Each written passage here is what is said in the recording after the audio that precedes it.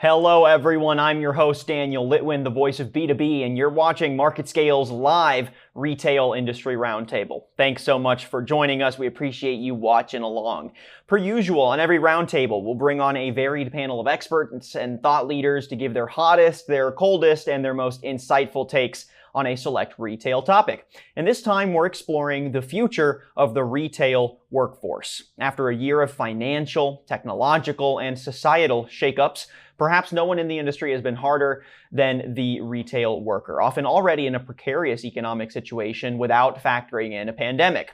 2020 was marked by massive layoffs, health and safety concerns, a choked economy, but also major expansions in e-commerce fulfillment and lingering questions about the role of brick and mortar in the retail strategy. So, with our roundtable today, we hope to ask and answer what lies ahead for the retail worker, and what can and should the industry be doing to make sure this part of our economy remains strong and dignified. So for some context on why we're having this conversation, here's some of the timeliest news that's impacting the life of the retail worker today.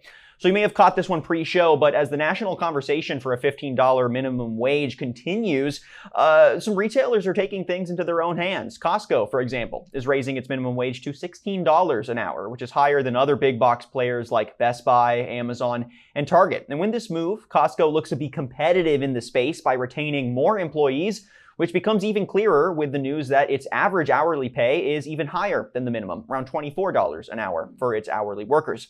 The global situation for the retail worker is still a precarious one too. Some new analysis out of the UK's Centre for Retail Research found roughly 850 jobs are being lost a day in 2021 in the UK. And this is for retailers with a larger footprint too, 10 or more stores. So the outlook for workers at small retail operations as lockdowns continue in some areas is probably bleak.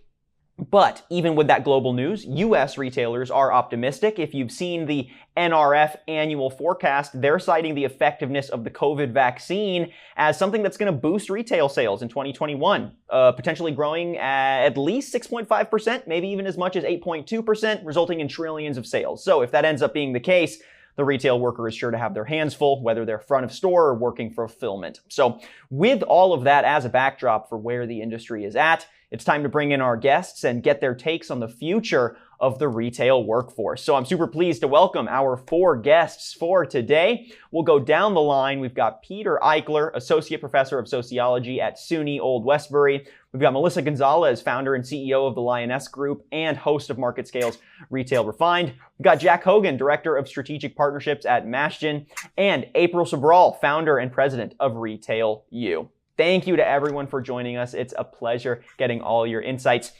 We're going to play a quick get to know your colleagues game here with our guests so that we can break the ice a little bit. We're throwing it back. So we are going to be doing something called shopping habits. So basically, you each have to guess a different panelist's favorite place to shop based on the limited information you have on each other and, giving them a visual read. So we'll start here. Peter, you got to guess. What do you think Melissa's favorite place to shop is at and why?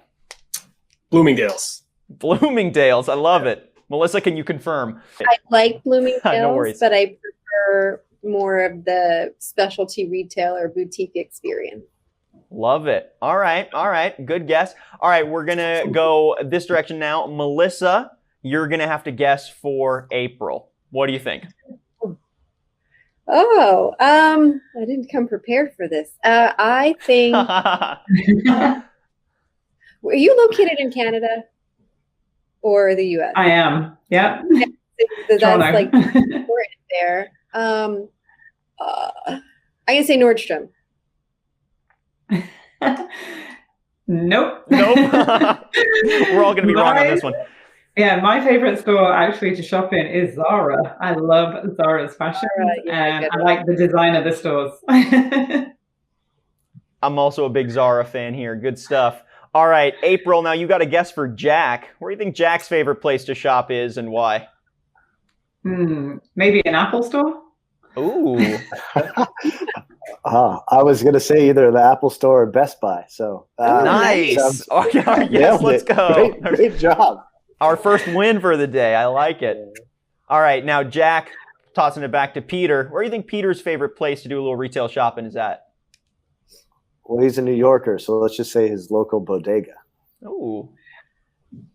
Thoughts, Peter? That is a very good guess. I was going to go personally with Guitar Center just because it's my hobby. But, there we go. That's a good guess. Nice. I love it. We're going to have to do a separate follow-up music interview with you here because it's mine as well. Picking up some guitar pedals soon, actually. All right, team. Good stuff. Glad we got to break the ice a little bit. Let's jump into some good thought leadership now. So the first main topic we're going to talk about today is the retail associate in the retail ecosystem. Just some generalized questions just to get a better sense of where we're at with this discussion. So I want to start this section off with some hot opinions. Here is a hot take. I'm going to ask y'all whether you agree or disagree here. So let's start here. Here's my hot take. Well, it's not mine. It's just a hot take. The work opportunities and lifestyle for retail workers has never been better. What do we think, team? Agree or disagree? And we'll start with, oh, yes, there it is. Hold up those papers. I love it. We've got a disagree, a disagree, a disagree. Mr. Jack? The anticipation. Oh, we got consensus today. Okay, let's start with April. Why do you disagree with that hot take? Because I think that it's been a really difficult time. I think that it's not it's a really hard place to be in retail right now, with the hours, with the lockdowns, with the social distancing, with all the turnover that's been happening in the senior leadership teams. And I think they've got a lot of complexities to deal with. And I think that it's not a really easy time really right now. And it's not a desirable job for young people to actually go into now. There's so many other things they can do to make a career and money versus back in the day where retail was one of your first jobs. So they're not looking at it as something to go into, especially in the last year of what's been happening. Melissa, how about you? What are your thoughts? Yeah, I mean, it's definitely a more challenging time than it ever was before. That's why I chose disagree. I think a little bit on the, if we were to look at all on the positive side, I think it's been interesting to see what is happening in retail, though, in the lines of communication with kind of the C-suite and managers with the front line in the store, and having a more open dialogue and a more empowering dialogue to allow them to utilize the tools for clienteling. Some of them were repurposed to contact centers and being able to wear multiple hats. So in that sense, that's probably like a positive that's come out of it. But I do think it's really hard to have to be physically present at a time when most people are living in a work from home life because that's what feels safer, but they don't have that option. Right. All right. Another quick question then. Peter, I'll toss this one to you. Do you think COVID and some of the cultural impacts as well as the material impacts have made the retail worker more essential to the retail ecosystem or less essential to the retail ecosystem? Thoughts? Well, I think it's been bifurcated. I think there's essential retail workers in so-called essential businesses that have, as Melissa pointed out, had to basically risk their own health every single day on the job and go in there to keep the rest of us alive during these rolling shutdowns that we've had. And then there's millions of other folks who've been unfortunate, who've lost their jobs or are on very, very thin ice or have very limited hours because of the economic catastrophe that we're also going through at the same time. So it's a tough time overall to be a retail worker in either case, I would say. Yeah. Jack, same question for you there. Do you think some of the broader impacts, if we look ahead now, it may be like a post-mortem on COVID, you think it has made the retail worker more essential to the ecosystem or less essential? What are your thoughts? I would say it's made them more essential. Although dealing with us, the consumer, has become such a more varied case. I've personally been standing in retail establishments as we've been expanding here at Mashton, and they're being tasked to deal with things that they were never expected to, like asking customers to put on masks and just getting berated by them for basically no reason at all, except for trying to keep the other consumers in the store safe. Personally witnessed this several times, and it's created a dichotomy for the retail worker that's like a lose-lose situation, right? They're there trying to basically just do their jobs and put food on the table, and then they have to deal with more people like us. Hopefully none of us on the panel would act that way, but it's created a very weird situation for them where they're being asked to go above and beyond their job training and keep other people in their stores safe. So it's been an interesting time. One of our prerequisites for guests is everyone has to be a good tipper. So, All right. So here's another quick question for y'all. Where will the retail worker be most valuable in our retail ecosystem moving forward, and why? Anyone can answer this one. I mean, I ran stores and operations for 25 years, and I think that they have always been important in the customer experience in bricks and mortar, and they will continue to be important. And more now than ever, the expectation is higher. I mean, click and collect and all these different complexities and technologies that are being introduced, like Melissa had shared, the tech's great, but it needs a retail worker to operate the tech to have that connection with a customer. I don't believe that the customer engagement and that experience is ever going to go away. And so I think that they are really, really important, and it's going to continue to be. And so I don't think bricks and mortar is going to die. I'm a diehard stores and operations girl. I just think that it's going to continue, and they're going to become more multifaceted in their role. And so that is even more important now than ever. Yeah, I broadly agree with April. I mean, I think we're seeing a rebalancing, right? Away from brick and mortar and towards, online fulfillment centers and remote retailing. But the brick and mortar is not going to go away. And of course, when people do go to the stores now, they even more value who they're talking to, if there's someone to talk to, if they're knowledgeable. And I think those workers, those in-store workers, point of contact folks, deserve the pay and respect and security, that many other workers in the economy enjoy. But I'd also just like to sort of broaden the scope and say, what do we mean by retail worker, right? So all the folks working in Amazon fulfillment centers or driving a delivery truck or delivering to homes, I mean, today we could reasonably classify them. They're also retail workers, right? They're also doing the job of retailing, just in different circumstances. Absolutely. All right, team, we're going to jump to a new section now. This is probably the diciest part of our roundtable today, but we're going to be doing a little debate here.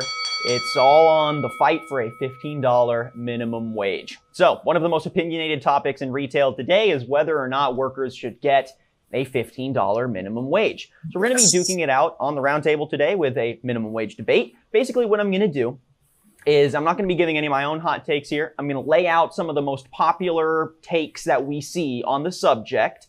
And all of you have your agree and your disagree paper, which you kindly showed us a little earlier. So what I'm going to do, I'm going to pose a statement. I'll count you down. You each have to hold up your answer simultaneously. Then be prepared to defend your answer and maybe face some heat from other guests and just be able to hash it out a little bit. Let's go ahead and get started. Here is our first statement. It's going to be the simplest one. Workers in retail deserve at least $15 an hour. Ready? 3, 2, 1, answers.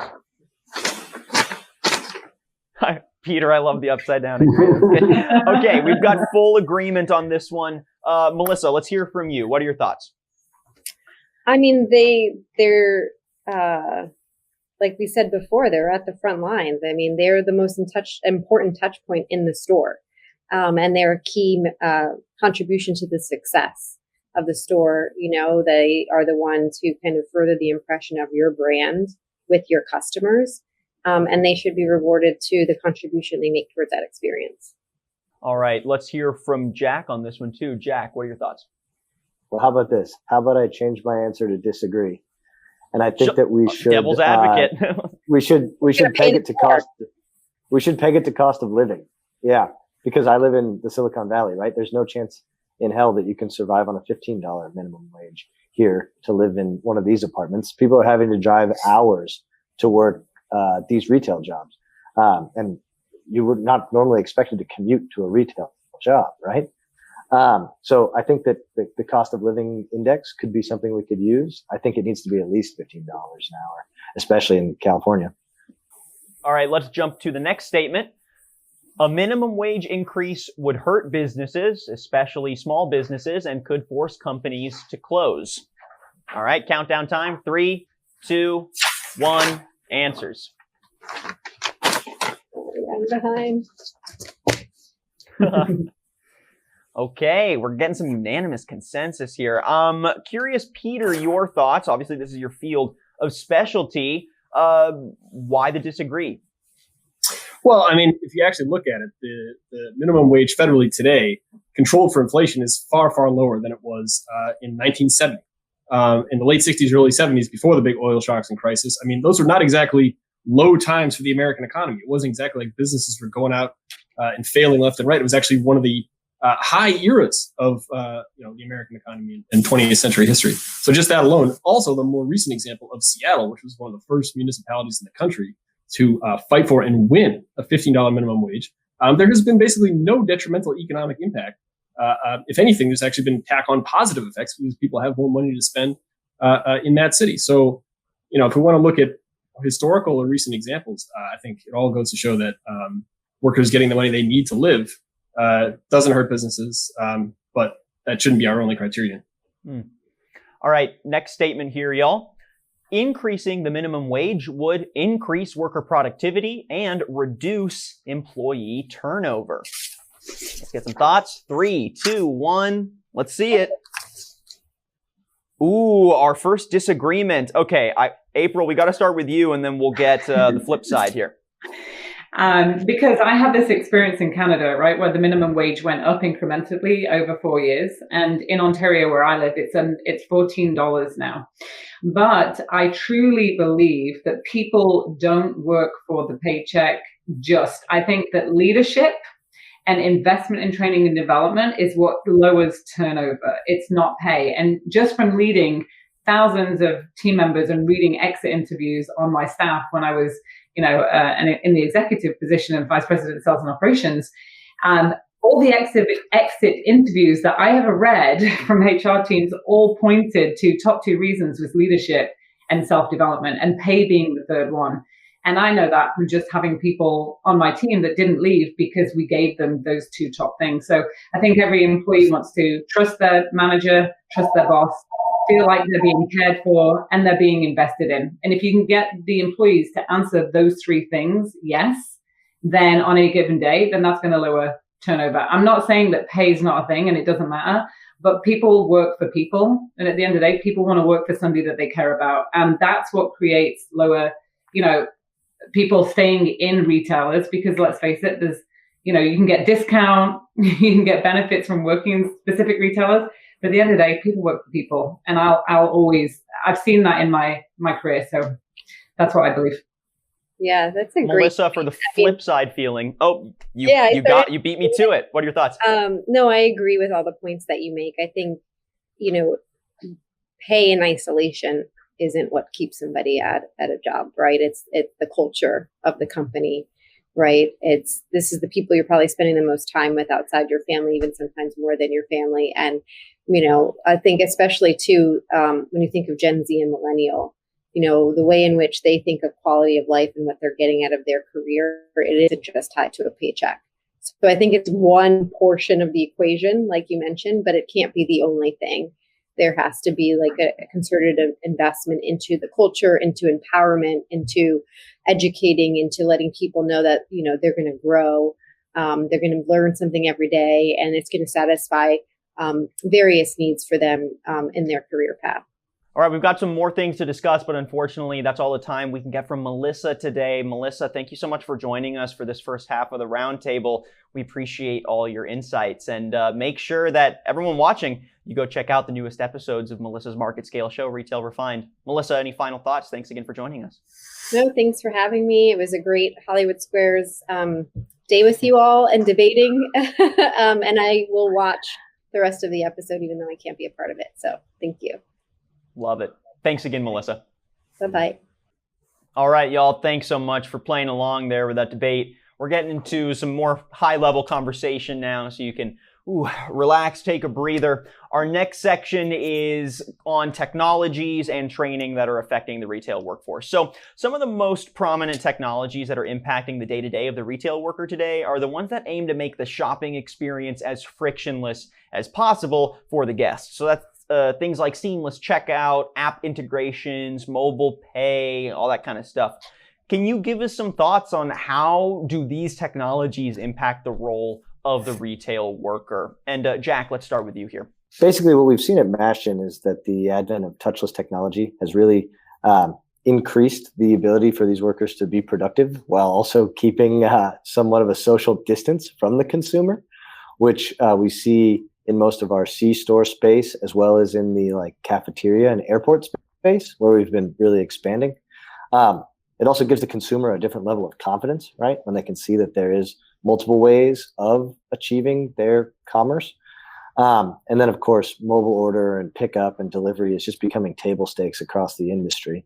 You're seeing it in grocery, you're seeing it in C-store, you're seeing it in cafes, hospital cafeterias are delivering food to nurses at the nurses' stations. So I'm sure everyone here and listening and everyone on the call has gotten something delivered to their house as well throughout the course of this pandemic. So I think that we're really seeing that the nature of the game is being changed by these new technologies. Next, quick little thing I want to highlight is there's also been, especially with COVID and the general expansion of fulfillment services, the introduction of other kinds of technology, more specifically, automation and robotics support. I'm curious y'all's thoughts. Are those deployments beneficial to the retail worker? Why or why not? Peter, maybe let's start with you here. So, automation can mean a lot of things, right? But I think what first comes to mind for a lot of folks when they think of it in retail is they think of self-checkout. Maybe in a lot of grocery stores like Stop and Shop recently, those weird robots that roam around to do cleanup that, floor workers used to do or still do. So these things I think it's kind of a mixed bag. I mean, a lot of folks, especially Christopher Andrews, wrote a great book recently about self-checkout in specifically grocery stores. And it's not cost effective, even for the companies. It's kind of a pain in the butt for cashiers, and a lot of customers avoid them because in some cases out of solidarity with the workers because they don't want them to lose their jobs, but sometimes also because it's too me personally, I just find it really onerous, not great. So when we're talking about automation, I think it's always a threat in many job sectors. Of course, it's becoming more in various forms in retail, and especially if we broaden it out to the warehouse and fulfillment dimensions of retail, which are growing, as we know, by leaps and bounds. Can I jump in here? Please do. So, Walmart had originally been one of the pilots or, let's say forward thinking about having automation doing restocking their stores, but they've just pulled that and they're actually going back to people. And the reason why they're going back to people is because they didn't account for that experience of when a customer's in a store, that they're asking somebody a question of the direction in the store where they're going to go. And so that in itself, that touch point of having human experience again, that's the reason why they've actually pulled it out of their stores, which is really interesting because they were at the forefront of it. And so I think when you talk about technology, whether it's automation or all the tools that we're introducing, yes, there's benefits to them because it creates a frictionless experience for the customer. But I can tell you by leading a lot of teams that you got to make it frictionless for that employee. And that goes back to having those retail employees and those frontline employees engaged in the experience when you're actually making a decision to bring a vendor into your company. And I had to do that multiple times in my career because I've seen so many softwares or technologies rolled out and then they weren't adopted by the field operations team. There was no buy-in. And so that doesn't really help. It's creating more work because a lot of people will see it as it's an additional step. AI being one of them. I was, presented AI to help with our associates recognize people walking into the store, but then their head was down looking at a screen, trying to read about a customer as opposed to just head up saying hello. So I think there's a lot of work to be done there. And if I was a store manager and you could give me a Roomba at night to roll around my floor and clean my floor, that would be great because that would stop me from having to do that task. So I think we've got to really think about that in the future of what technology plays a role in retail. Yeah, so I want to hop in here and agree with part of what April said. And then also I'd like to defend a little bit of self-checkout, correct self-checkout. So first of all, I totally agree with what April said. I travel a lot, so I'm going into stores where I have literally no idea where anything is. And if I can't find a person and ask them, then it takes my shopping trip from 5 minutes to 15 minutes if I'm having to search through and read signs in a grocery store or read signs in a hardware store for something that I need. I want to talk to a human. But when it comes to self-checkout in some of these locations, think about the employee that is operating checkout. They are tethered to that area, right? They must stay within that vicinity. So that employee has been removed from the ability of actually providing customer service to me, the customer. So what we see in the C-store space, right, is you're never going to, the employees are not going to be eliminated because 80% of C-store transactions require an ID check, right?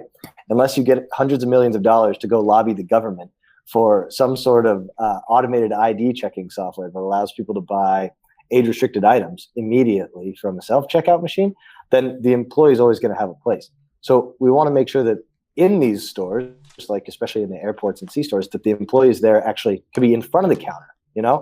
They can show the customer where something is, then they can lead them over to like a seamless, touchless self-checkout and have them check out there. But my number one point that I wanted to make is that I completely agree with Peter that the unnecessary item in the bagging area self-checkout, that one needs to go away, because the noise is the most annoying thing on the planet. All right, good stuff on that one, team. We're going to lighten things up now with a game. So it's time to play something we like to call What's the Word? So we're going to lay out 4 ridiculous keywords, and then I'm going to ask you to answer a question. The goal here is you each have to use one keyword in your answer, and once it's used, it can't be used again. So the challenge here is whoever butts in the fastest to get their answer in gets a better catalog of bizarre words to pull from to add to your answer. No need to keep it to like one sentence or anything, but you just got to make sure it eases in naturally, all right? So here are the 4 random keywords that you're going to have to play with here in your catalog, all right? We've got snorkel, we've got Wolf Blitzer, we've got the Internal Revenue Service, and the McRib. All right, here's the question. It's a simple one. What's your favorite thing about working in and around the retail industry?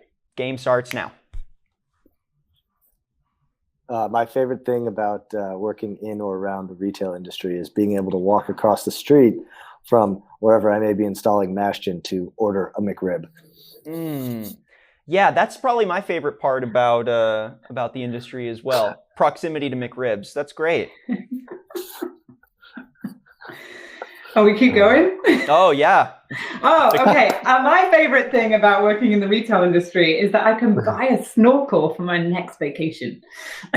Yeah, that's a great point. We like making sure we've got money in the pocket, and hey, if it enables a little bit of Cancun action, I'm in. All right, Peter, you're the last one left. What's your favorite thing about working in and around the retail industry? Well, I personally don't work in the retail industry, right? But I've studied, and I have, in my earlier days. I'll take it, I guess, a notch down, not to be a downer, but I would say that, unfortunately, the wages are so low in most of the retail sector for most workers that usually going to see the IRS is actually a positive thing because they get money back, and we need to change that. I agree. Peter, always sticking to your guns and, giving us that thought leadership. All right, team, thank you so much for playing What's the Word? Hopefully it wasn't too hard to integrate some of those. Too bad Wolf Blitzer didn't get an appearance today. We'll have to save him for the next. We have a product on the back end where you can actually see what people are buying, and it's called the Situation Room. So there you go. There we go. Just pump in Wolf Blitzer right there. Divine intervention. I love it. All right, team, we've got one more key section before we wrap up, and this one is called Finding Meaning as a Retail Associate. So actually, this is one where you can use your agree and disagree paper again. So I'm going to pose a statement here. I want to hear your takes on whether you agree or disagree. This is a really generalized statement, so there's a lot of room for specifics. But here's a statement. Retail workers today have pride in their industry. Hot one. 3, 2, 1. Let's see those responses. It's a toughie. Agree, disagree, and disagree. Okay, I love it. Okay, let's start with April. You agree. Why do you feel like retail workers have pride in their industry today? Because I think last year specifically, and I'm not speaking for everybody, but I have seen in my retail community, again, being in field sales and operations, is a huge pride. Our members, on our platform, Retail U, are generally store managers, district managers, and directors, and they're all joining together as a community and, coming together and breaking down walls and, being referenced as an essential worker now kind of help them feel more proud about what they're doing. A friend of mine, Ron Thurston, he's a VP at Intermex. He wrote a book called Retail Pride that came out last year. And we have a live call with a lot of people every week. And there's just people stepping up and saying, you know what, I'm going to celebrate my accidental career. And they're coming together in that community like never before. And I've seen that happen dramatically. Now we've got a long ways to go, but I think that there's people like me and Ron that are encouraging others and leaders to say, hey, listen, this is a great career. It's not just a job. And for the first time, I used to be embarrassed saying, at dinner parties, oh yeah, I just work in retail. I don't do that anymore. Like managers are not doing that anymore. They're like, yeah, I work in retail and I'm proud. And I remember posting a LinkedIn article last year of Target workers with I'm essential on their t-shirts. And that article itself was the top engaged post of all my LinkedIn articles that I'd posted for the year. And I have a big LinkedIn following, about 18,000 people. And just the comments and all of that just made me feel really good about where we're going. So yes, we've got a long ways to go, and it's not 100% yet, but I think it's probably more than it's ever been that they're starting to feel proud about what they're doing. All right, other two folks, y'all both said disagree. Give us the flip side here. I think you have to look at it on like a market segment by market segment basis, right? We just launched with Madison Square Garden, right, last week. And these people that work at the Garden, utmost pride in their jobs that I've seen. They were so happy to get fans back in the stadium, right? And then if you look at the hospital cafe staffs, right, they feed doctors and nurses all day, utmost pride. I just think that there's a lot of turnover in the other industries that we see, right, from employees. So I'm not saying that they don't have pride or anything of that nature. I just see a lot of movement amongst the workforce, mostly due to the pandemic, right? Because sometimes they don't feel safe in one job, which they should bail to a different one. So my disagree was more of a caveated response. Peter, what are your thoughts? Yeah, I mean, not dissimilar from Jack's take. I would say that a lot of retail workers that I spend time talking to and learning about their jobs want to have pride in their work. They want to find things that they can learn about, that they can gain a skill in. Folks who work part-time at Macy's who in their spare time read up on men's shoes and know all the different styles, even when they don't have to, because they take pride in that. Or being great helpers and like working with people and finding the right thing for them. Unfortunately, in many retail contexts, increasingly the large number of them, they're not given that opportunity to do that. The thought and the product knowledge of how to work with customers and how to know what they're selling is taken away from them, and it's put in, it's automated in the system of the store or in a website.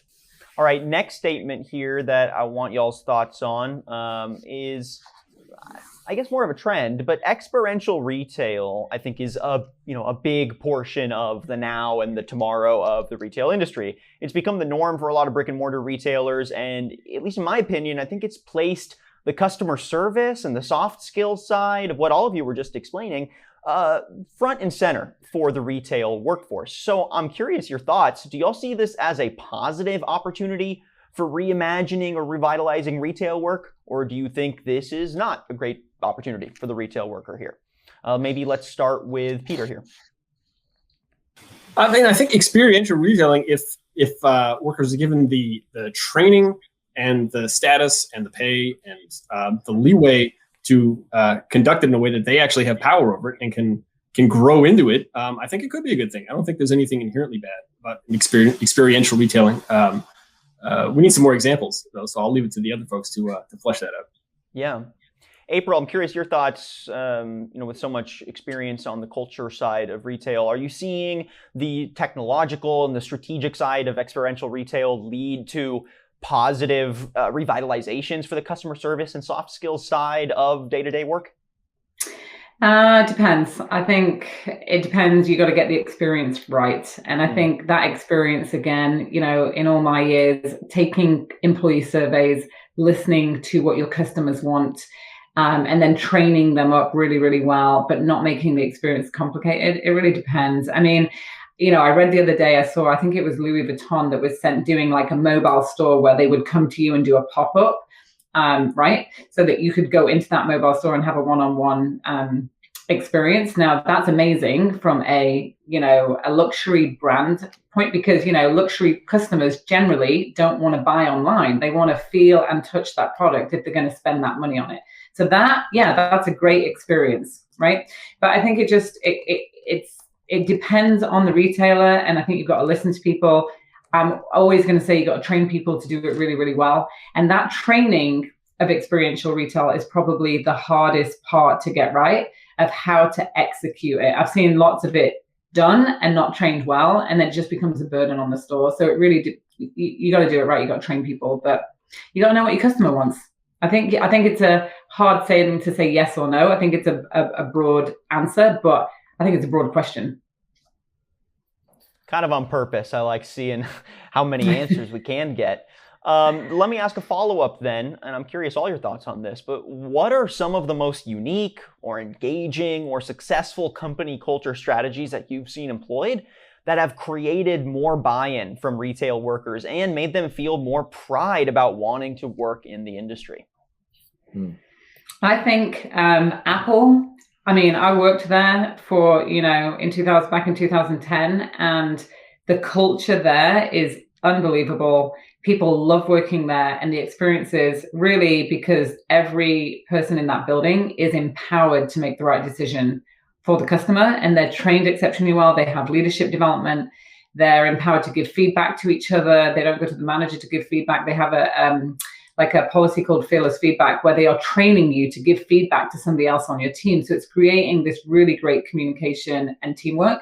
And I think Lululemon does exceptionally well as well, because they give everybody on their team what am I trying to say, like an allowance for investing in learning, as also going to the gym, working out, doing yoga. Somebody that used to work on my team when I was at David's Tea as well. We had a great culture at David's Tea, but she works at Lulu, and she says all the time, like, they go and sweat together, they go and work together. So I think like a teamwork and that kind of culture, when companies invest in people and give that additional resources for them, it's going to build it. And I think those two have done it exceptionally well. And if you look at Lulu's results in the last year, if you look at Apple's results, they kept everybody on, they paid them.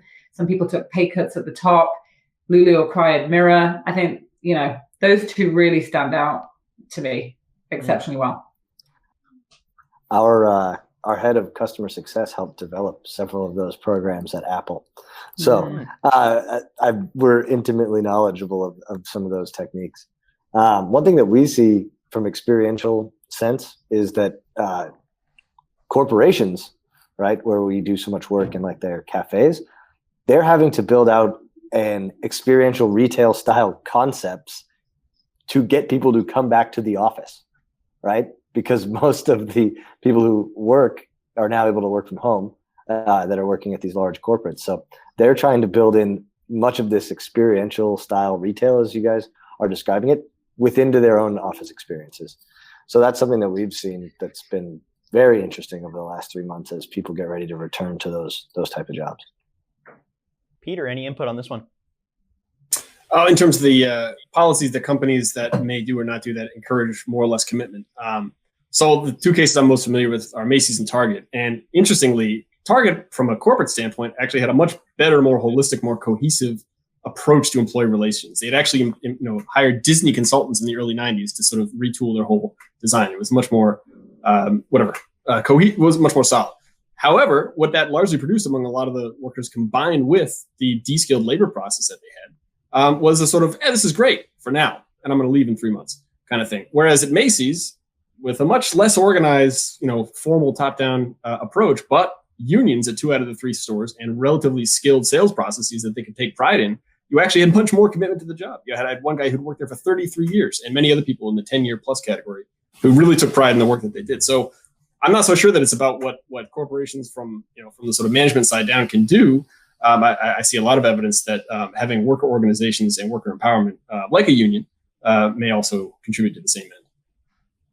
You segued perfectly into my last question here, Peter, but I'm definitely looking for your thoughts on this and anyone else who'd like to chime in. But a lack of meaning at work, at least in my opinion, based on a lot of personal research I like to do on this topic, I feel like can correlate with, when you feel powerless at work, it can often feel like you don't have meaning at work.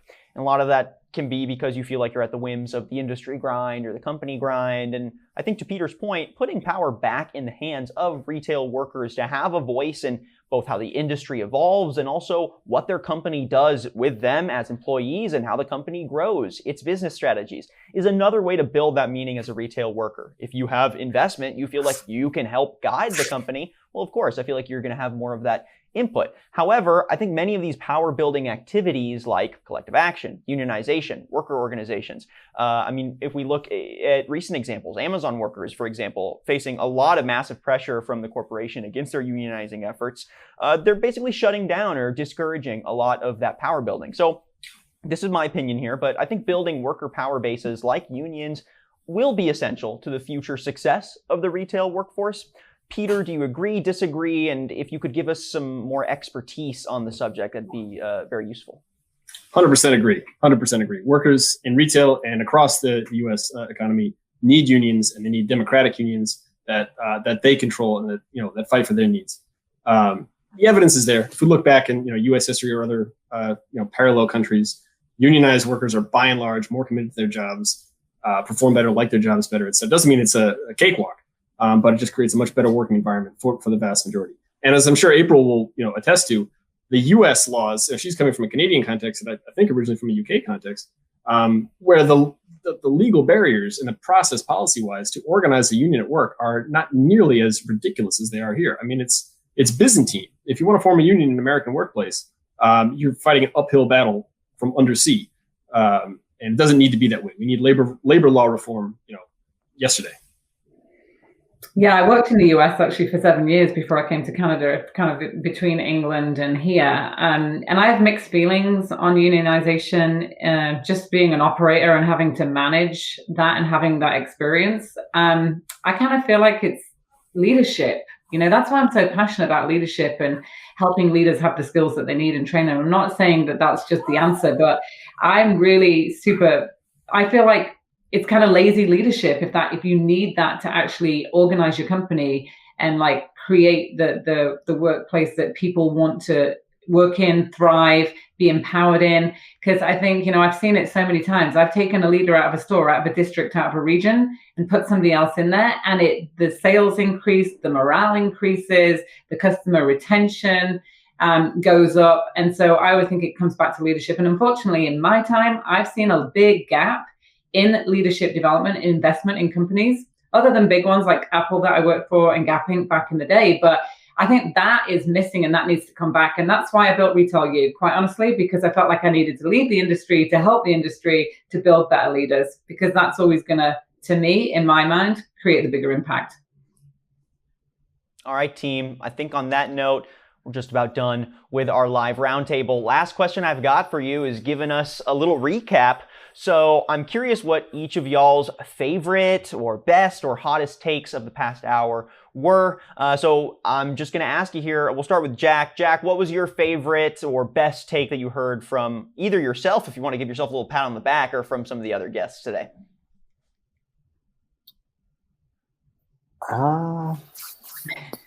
It's all been so good. Yeah, I think I'm going to go with Peter's strategy on minimum wage, because he seems to have actually studied it extensively.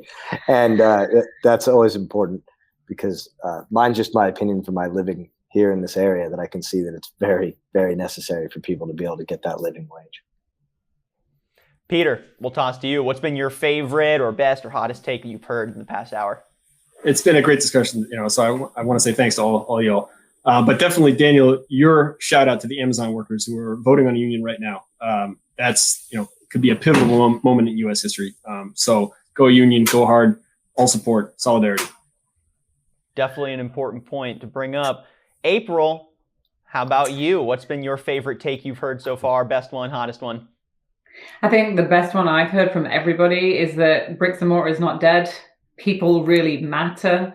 Let's put the focus on creating technologies and making sure that we help our frontline workers. And I think that's a really great discussion that needs to happen more and more. So I think we all agree on that people are really important, and especially that frontline worker. So that's my biggest takeaway.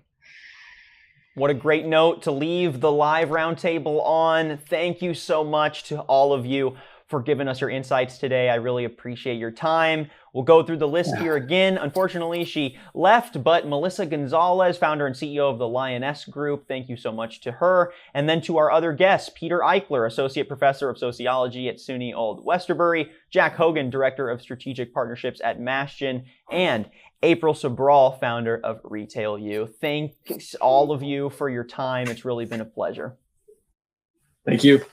Thank you. Thank you for having us. And thank you everyone for watching this MarketScale live retail roundtable. We'll be back next week with the QSR industry, some more hot takes, maybe some cold takes, but we can't wait to bring you some more content. So thank you everyone for watching. We'll be back soon live. I'm Daniel Litwin, the voice of B2B. Take care.